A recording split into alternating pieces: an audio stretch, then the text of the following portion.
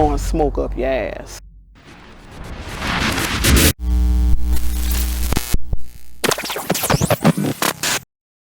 Is this some sort of urban development, or is this a form of corporate gentrification? Let's find out this week on The Hood Report.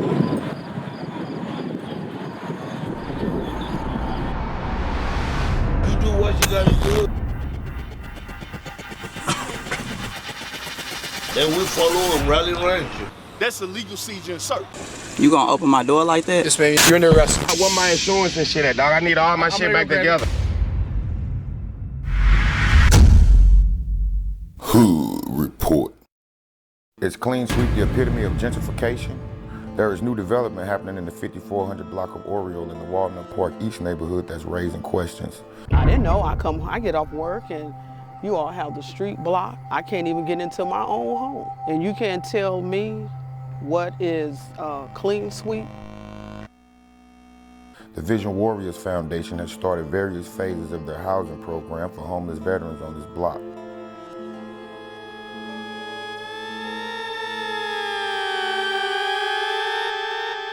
After attempted buyouts, refusal to assist current residents with home improvement upgrades, and threatening to move their veterans community, this sudden rush in construction is raising eyebrows. I need my roof fixed. The gentleman over there from Vision Warriors told me that he would do that because the alder, Pam Boyd, told him in order for him to come and build homes, he had to give back to the community. He came over and said, we're gonna get that roof fixed for you. Well, let's see, that home right over there has been built. They done knocked this one down, and I'm still waiting on that roof to get fixed. Clean Sweep was created in 2017 as an effort to bring communities and neighbors together. Launched out of the Better Family Life Outreach Department by Specialist Adrian Rice, Clean Sweep was designed to help communities beautify and maintain safe neighborhoods. Working with residents to fulfill their needs, Clean Sweep quickly became a neighborhood collaborative. The Hamilton Heights, Jeff Vanderloo, and Mark Twain neighborhoods were the first to take advantage. The program was a success until Specialist Rice resigned in December of 2017. The program was commandeered by James Clark. Clark, over the years, took the residents out of the process and began using Clean Sweep for gentrification. The residents, however, are not accepting this with open arms. Then the young lady directed me to whoever Mr. Clark was. You have to ask Mr. Clark. Yeah, Mr. who? Clark. This gentleman right here? Okay. And then I know that you own this piece of property, so you would be able to talk to someone to see if you can purchase these at a good rate. Yes. And you know when someone's blowing smoke up your ass, and that's basically what it is doing. With those concerns of the residents or the real pressing issues being addressed, these are lifetime residents of the area. They see the development as a bandage, not a solution. If I can do anything possible to help my community, and not just my community, other communities outside my community, to bring the crime rate down, let's start there first, y'all, and then we can rebuild. Clean house, you clean house inside and out. You got a lot of crime going on in the neighborhood. Get to the root of the shit.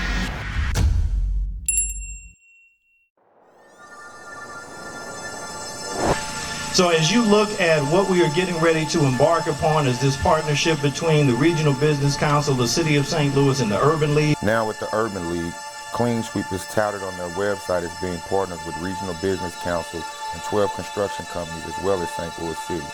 Without the residents giving input, what will really be the outcome? It was pure violence and Clean Sweep. Mr. Clark heard me speaking to them, letting them know, no one came and knocked on my door. So he walked over and said, I thought we said knock on people's doors and talk to them, and the gentleman walked up and said, we didn't get this door. Mr. Clark went that way.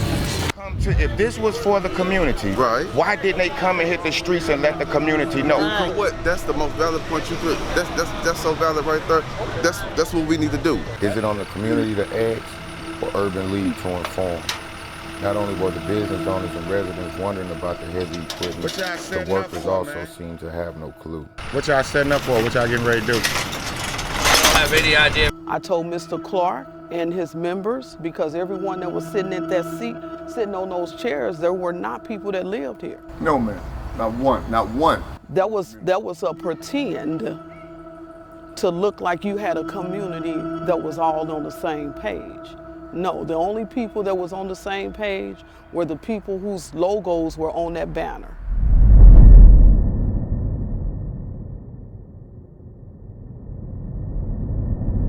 Can an organization be trusted if they say they're for the neighborhood, but the neighborhood is in the dark? Urban League Public Safety Division did just that. These are not just residents, they are property owners also. This resident asked an Urban League employee about the press conference being set up next to her home and was met with crudeness. No. Not about this. Not about this time right here. Not about what's going on right here. And I stay right there. The press conference gonna go. You'll hear it once we. But I stay right there, so you can't say nothing to me. I have to sit here and stand here and wait. Feeling the tension of secrecy and some sort of cover-up, I attempted a final time to get James Clark to explain his event. So y'all want to speak on this event? Got 30 minutes? No, I don't want to speak on it. To brush me off was disrespect. And I'm speaking on Mr. Clark. He brushed me off. And then he tried to say something. You never, when someone is speaking to you, especially when you're in their neighborhood, you look that person in their face. You don't walk and talk. You turned your back to me and kept walking. Okay. Well, whatever we can do to help you out. Yes, ma'am. And I started asking you questions. You should never say to me, I need to, I had to wait and see what it was about. You just pulled up next door to my house, blocked my driveway. I had no interest to my home.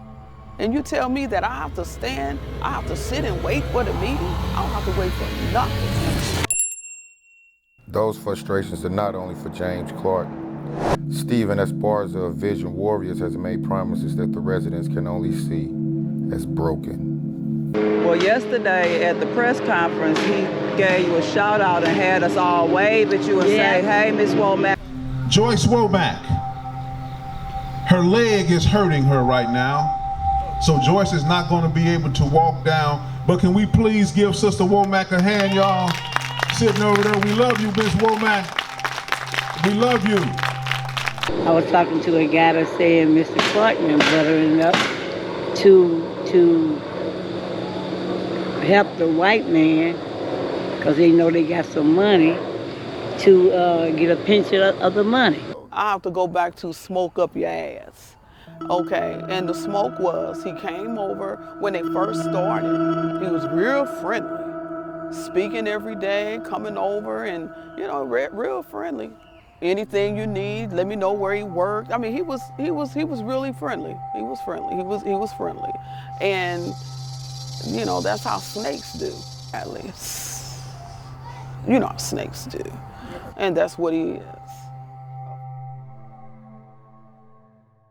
I wouldn't even collaborate with anybody that's looking to disrespect my community.